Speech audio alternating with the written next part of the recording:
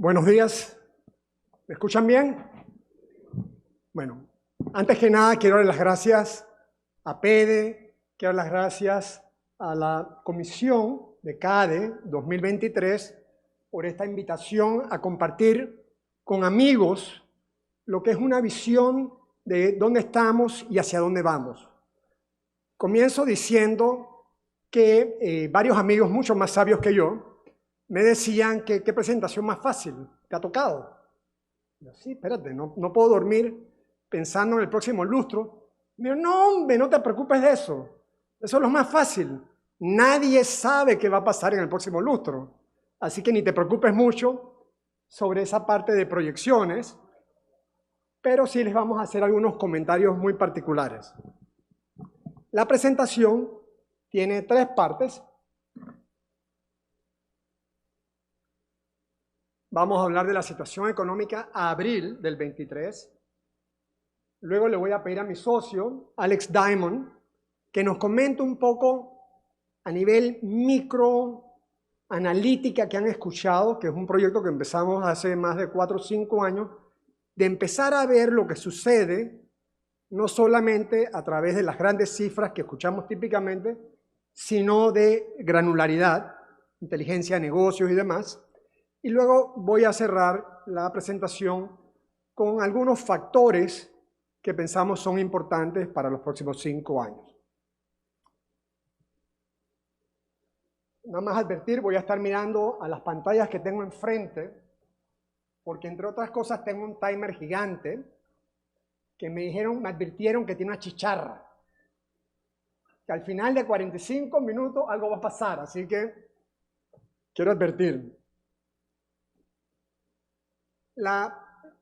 Una notita, la presentación estará disponible esta tarde para aquellos que tengan interés, la versión final aprobada por la Junta Editorial de ya iba a decir de la prensa, no, de Indesa, así que pues para los que quieran, y como tiene tanto contenido, realmente tiene creo que para un par de presentaciones, lo que vamos a hacer esta tarde es compartir con ustedes los mensajes claves.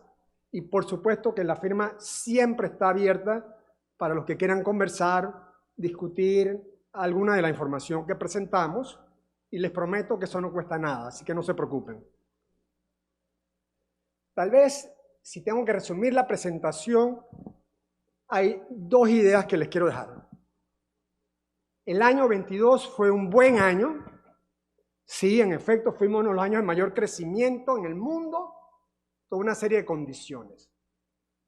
Por supuesto que eso tiene un factor rebote importante. Y parte de esto nos lleva al 23, donde también se ve a hoy un año relativamente bueno, todavía disfrutando un poco de esta inercia que traemos.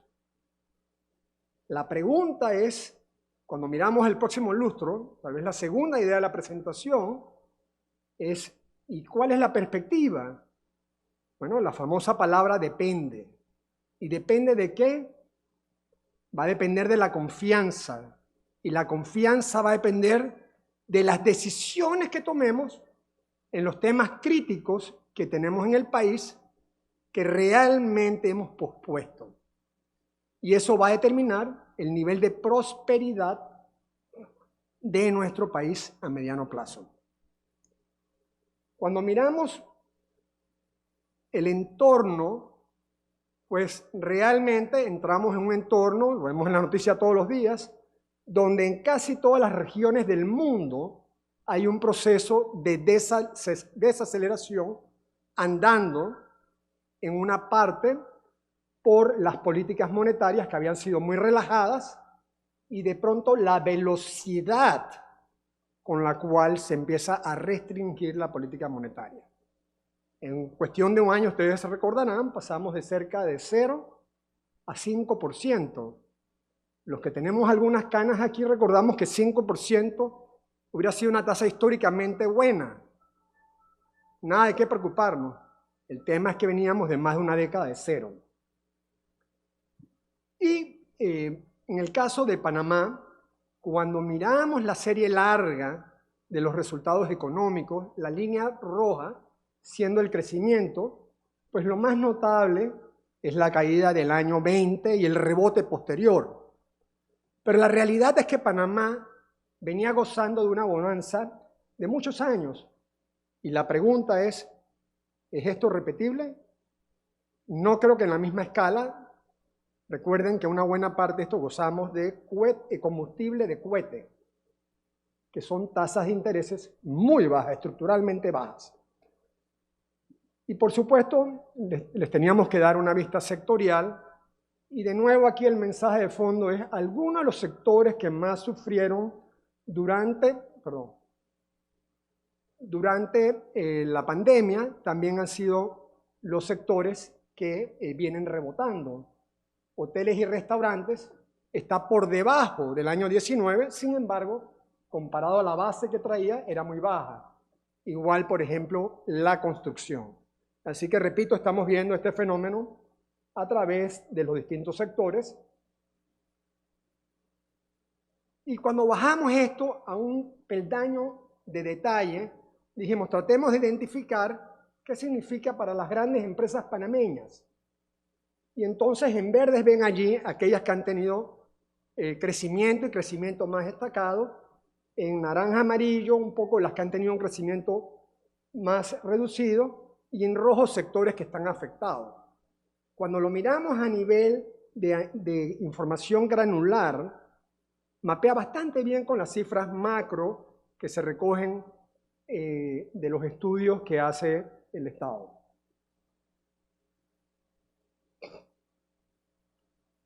Y, por supuesto, que una de las áreas de mayor preocupación realmente es el tema del empleo, que si bien se ve una mejoría en la caída de desempleo en los últimos años de la pandemia, cuando miramos para atrás, realmente podemos apreciar que no se ha recuperado.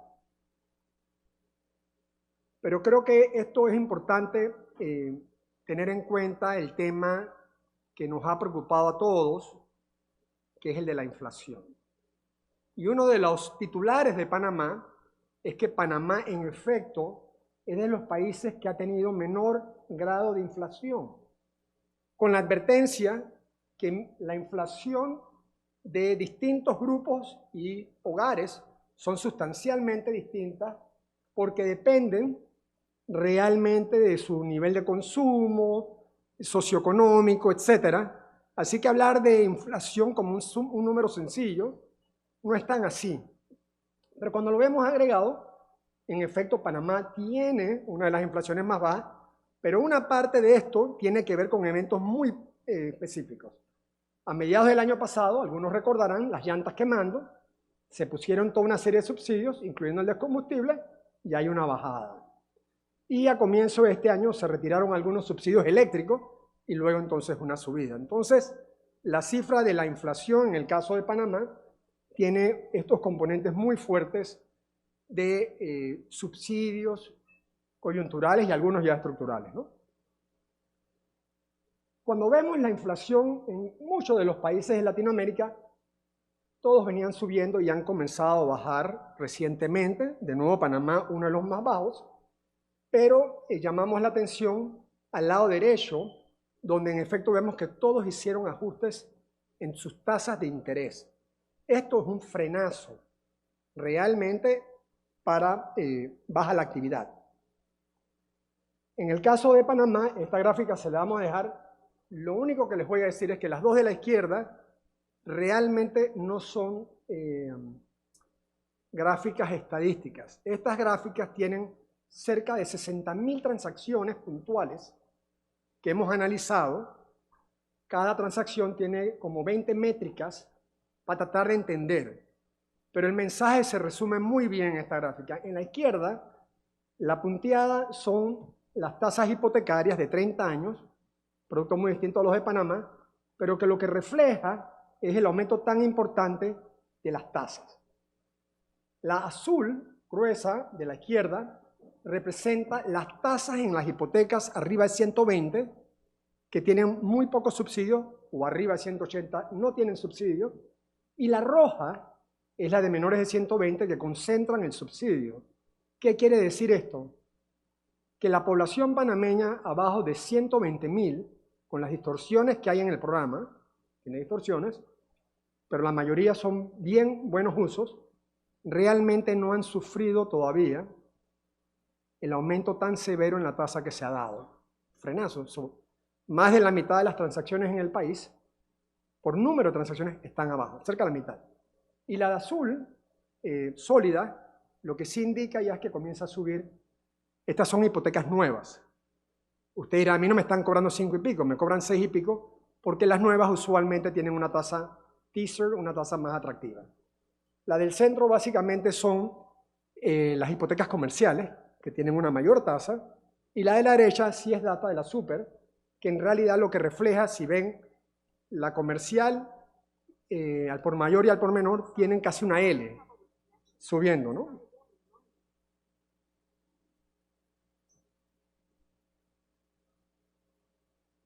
Esto lo vemos un poco relacionado ya con el tema de la actividad del crédito, y dos comentarios que les voy a dejar de esta filmina. Uno de los sectores que más ha crecido, y hace todo el sentido del mundo, son los créditos hipotecarios subsidiados. Por supuesto que la población mira dónde está la mejor oportunidad de valor y en efecto está hacia los subsidios que se dan en las propiedades. Por ende, la tasa de crecimiento subsidiada es tanto más alta de todas maneras, esto es en volumen dólares, que la que no está subsidiada. Y la otra observación que les dejo allí para que después lo vean con calma es el componente azul de la gráfica que tiene que ver con el nivel de endeudamiento público, local e internacional. Y como podemos ver allí, desde el año 19, pre-COVID, realmente se había disparado los niveles de nuevos endeudamientos. Por supuesto que el COVID, la pandemia, lo aceleró. Y una de las buenas noticias es que en el 22 y comenzando el 23, el componente rojo, que es el de empresas, vemos que finalmente se activa. En este punto quisiera pasar la palabra a mi socio Alex, quien les va a hablar de la parte comercial analítica. Y lo único que les quiero, tal vez como introducción, mencionar aquí, es que hay una relación muy alta de la actividad económica y las importaciones. Hicimos un análisis del año 1980 al 22 para ver la correlación que existía entre estas variables y nos resultó cerca de un 0.92, que es bastante alto. Así que pensamos que es muy importante prestarle atención a la actividad de importación al país.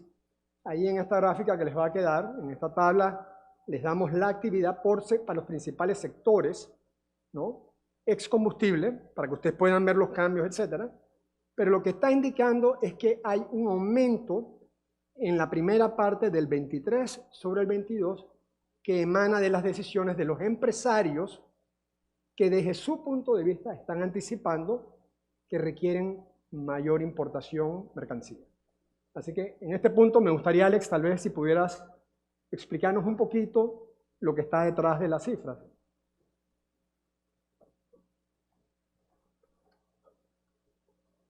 Bueno, buenos días a todos. Gracias por la oportunidad de estar aquí con ustedes presentándoles esto. Pues como mencionó Luis, esto es un proyecto que llevamos a cabo en Indesa de analizar desde otro punto de vista, pues tener indicadores, ¿no?, mensuales del desempeño, pues, de la economía, ¿no? Y qué mejor manera de medir eso, especialmente en un momento como este donde, digamos, la información pública es muy escasa. Hay muy pocos indicadores el año 2023, ¿no? Realmente. Aquí tenemos información hasta el mes de marzo, a finales de marzo.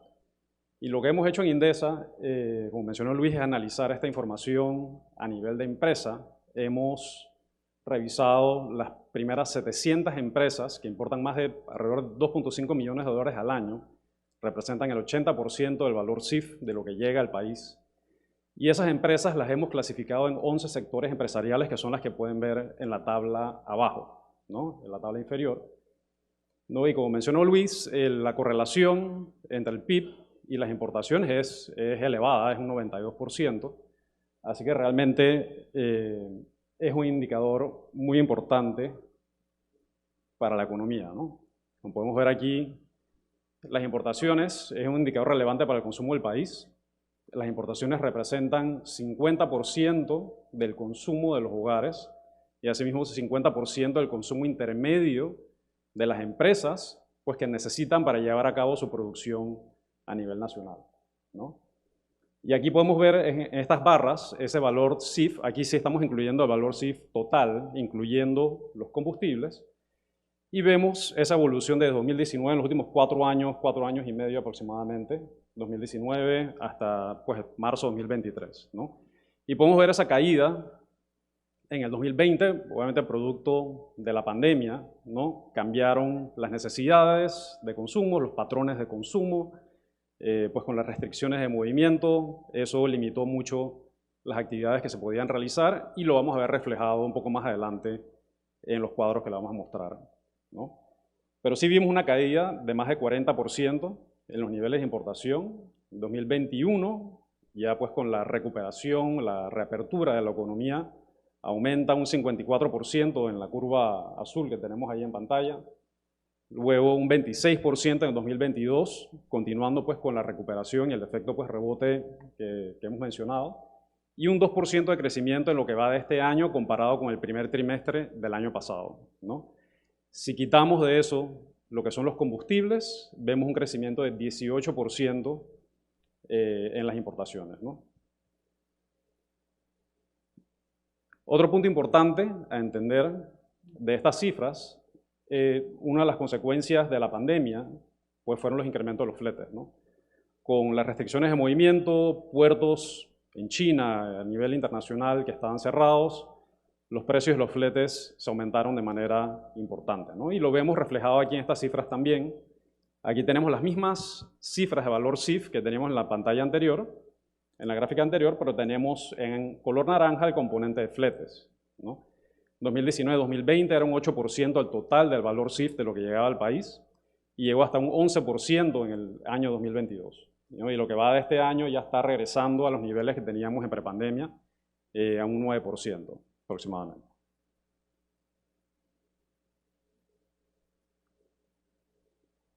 Y bueno, ¿qué cambios se destacaron durante la pandemia? ¿Cómo cambiaron esos patrones de consumo, ¿no? Durante el año 2020? Aquí lo que estamos viendo en estas dos gráficas son las variaciones de productos, ¿no? Del valor CIF de los productos importados.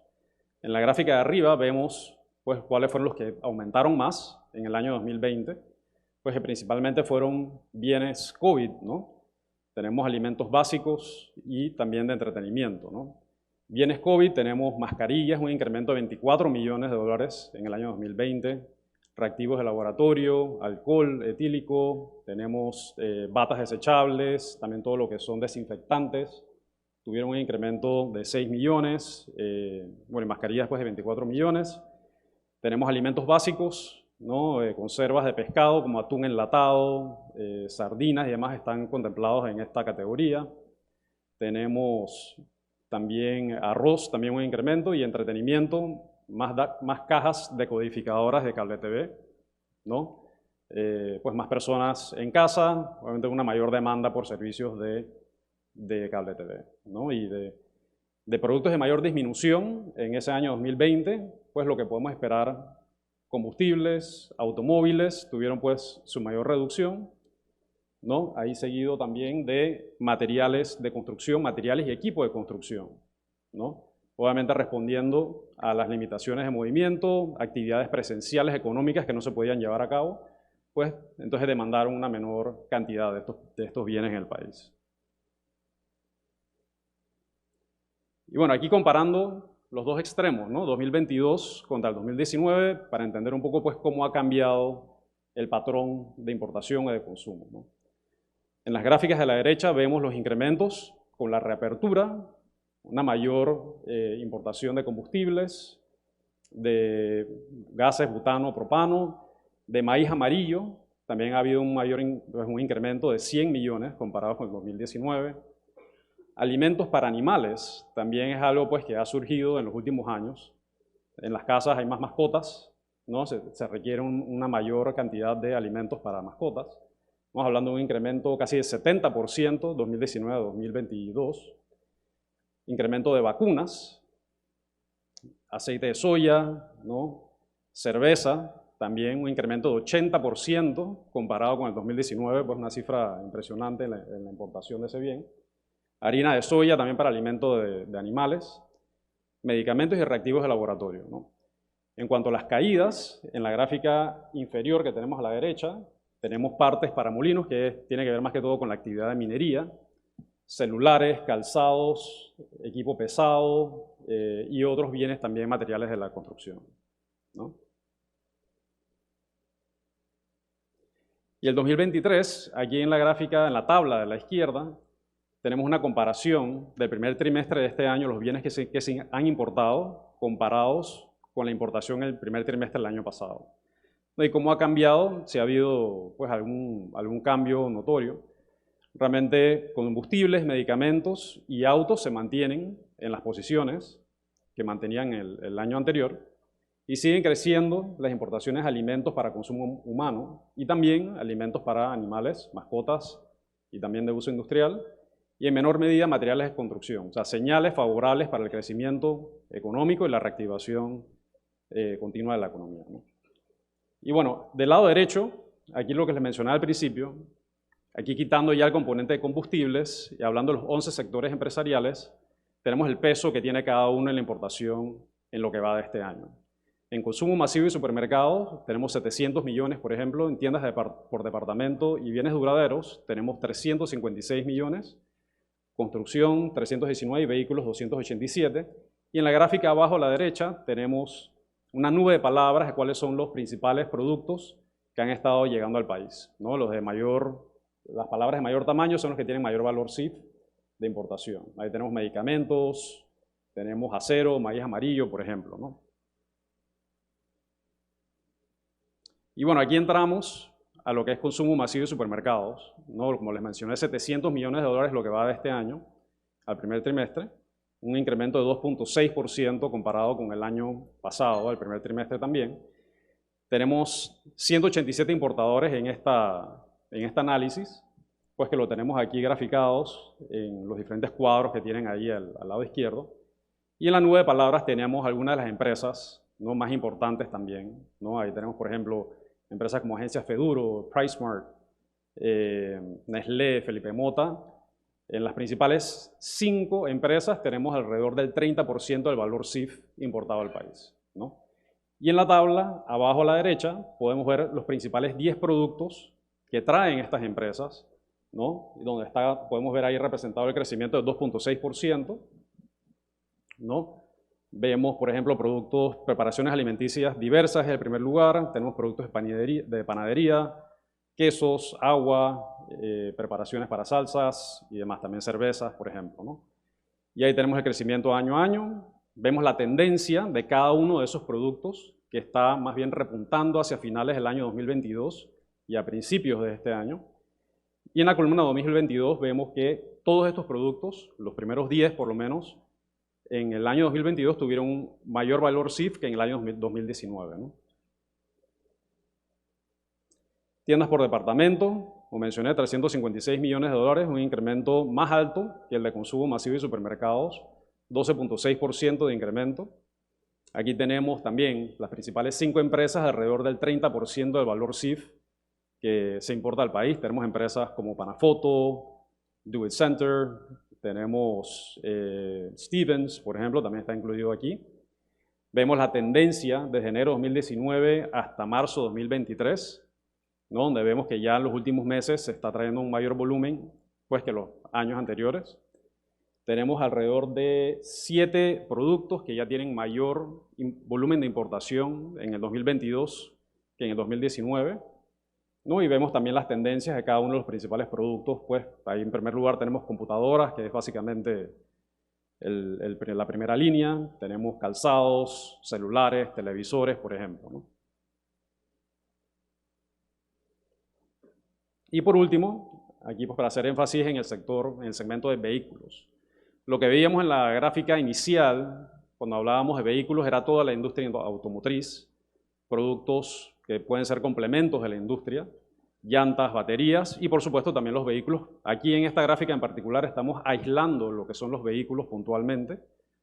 Tienen una importación este año de 219 millones, un crecimiento impresionante de 47% comparado con el primer trimestre del año pasado, ¿no? Tenemos 25 importadores, aquí los principales dos representan 40% del mercado, ¿no? Cuando vemos esos productos por categoría, que los hemos separado en vehículos de gasolina, diésel, híbridos y eléctricos, estos dos últimos representando cerca del 10% del total aún, ¿no? Sin embargo, cuando estamos viendo la tabla, en las últimas dos líneas vemos crecimientos muy interesantes, ¿no? De tendencias ahí pues interesantes. Tenemos en el primer trimestre para los carros híbridos 53% de incremento, en los vehículos eléctricos un 200% de incremento, es decir, en el primer trimestre 5 millones de dólares en valor CIF, cuando en el año 2022 hubo una importación de 7 millones, o sea que ya fácilmente lo que va a ir del año vamos a superar los niveles del año 2022, ¿no? Y bueno, para recapitular un poquito, contemplando ese factor de correlación que mencionó Luis, ¿no? Al principio del 92%, el incremento del valor CIF, ¿no? Que está entre 2% y 18% si quitamos el componente de combustibles, realmente podemos, ¿no? Esperar un buen desempeño, ¿no? En los indicadores de consumo, ¿no?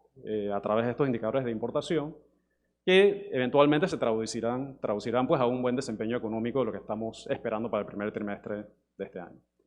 Así que bueno, con eso concluyo mi sección y le paso la palabra nuevamente a Luis. Muchas gracias. Gracias, Alex.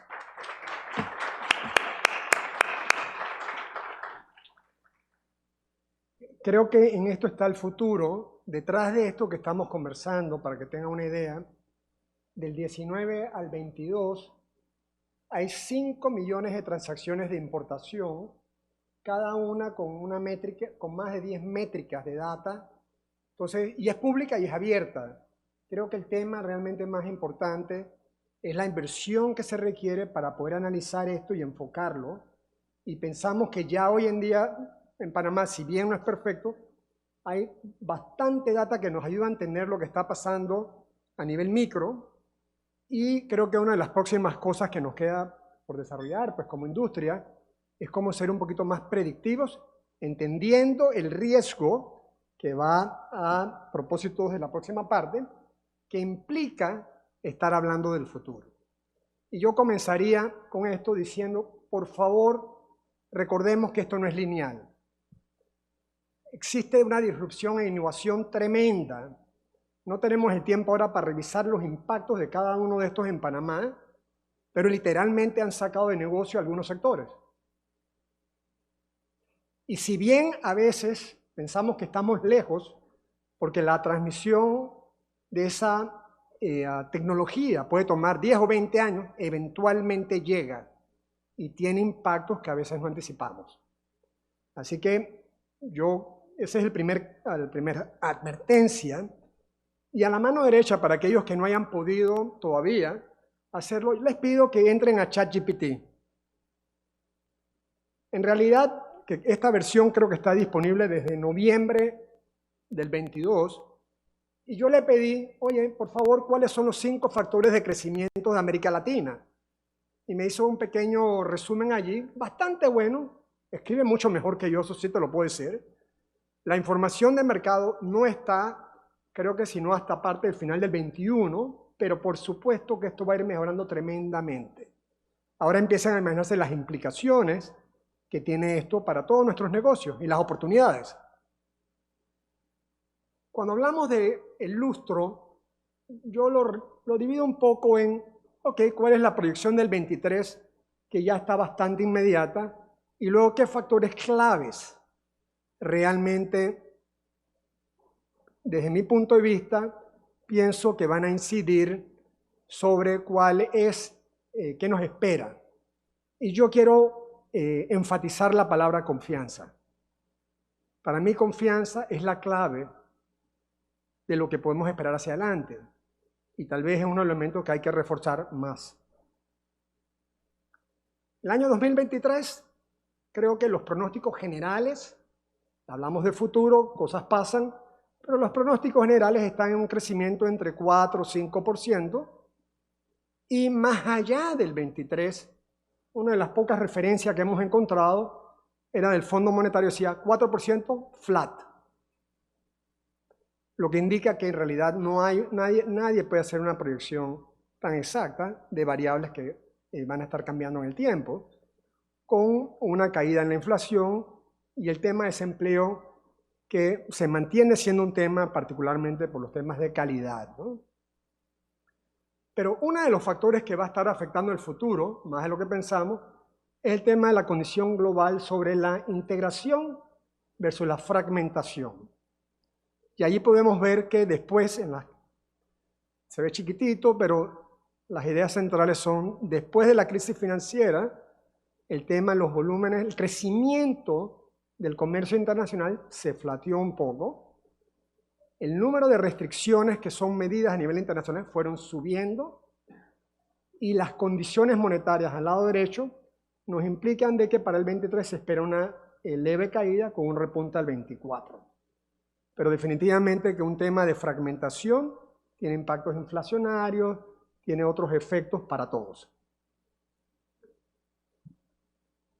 Yo creo que cuando hablamos ahora de los temas que son esenciales, yo le puse una estrategia 5D, que puede ser 5 déficits, 5 drivers, pero en realidad tiene que ver con temas que son muy centrales, como es el tema del IBM en el Seguro Social, el agua. Todos aquí tienen agua, pero probablemente hay cerca de 1 millón de panameños que no tienen agua o acceso al agua todos los días. Los ingresos de las personas, la presión fiscal y la calidad institucional. Y para resumirlo cortamente, en la gráfica a la derecha, lo que esto quiere decir, este es el índice de gobernanza del Banco Mundial, creo que el último que estaba disponible es el 21, pero si se hiciera hoy estaría también vigente, donde vemos a Panamá en el color rojo, bastante alineado con la calidad de gobernanza de América Latina. Pero eso no es que estamos bien.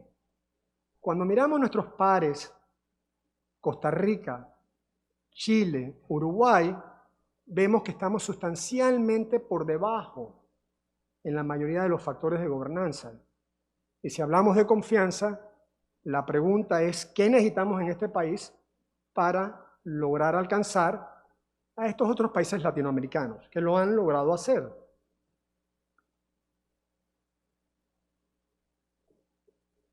En el tema de la parte del recurso humano, de la población, tal vez hay un par de elementos que nos llaman la atención poderosamente.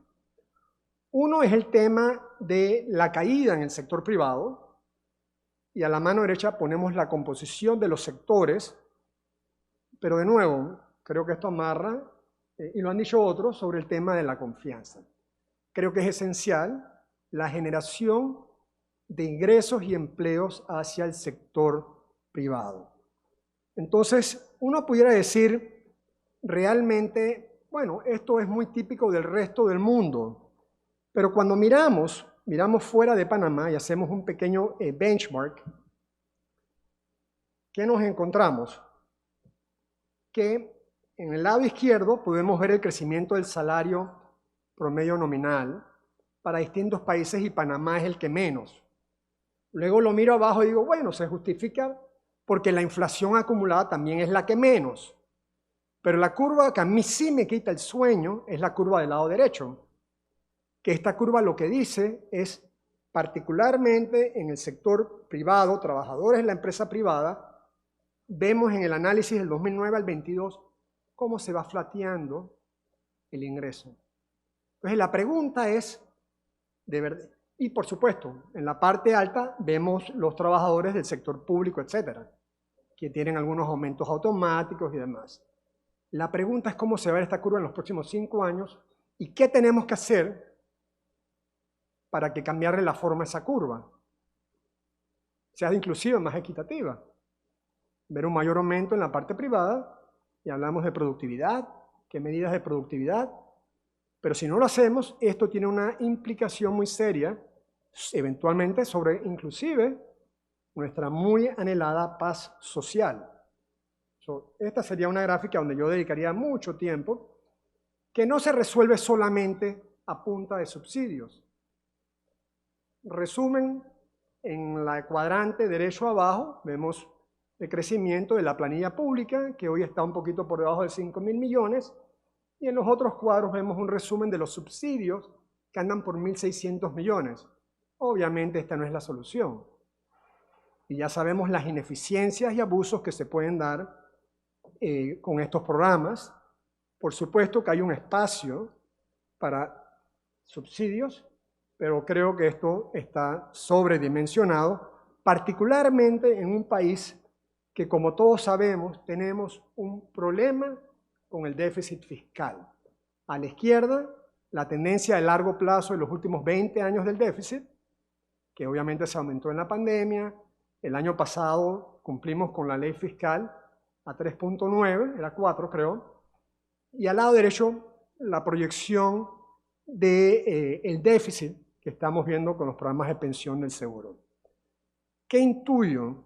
Que en realidad nuestros déficits tienden a ser mayor que lo que publicamos, ¿no? Somos creativos y solamente el año pasado, ustedes recordarán que hubo una transacción de algo que se llama más o menos un cash flow swap. Traducido a español, los intereses por 360 y pico que había que pagar en el 22 se han postergado para el 24 al 26, no se reconocen como un pago en el año 22 y logramos, entre esa y otras medidas, cumplir con la métrica del déficit. Eso lo entienden todos los analistas, creo que todos lo podemos entender aquí, y lo que dice es que estamos bajo mucha presión y en realidad no cumplimos contra el espíritu que nos habíamos autoimpuesto.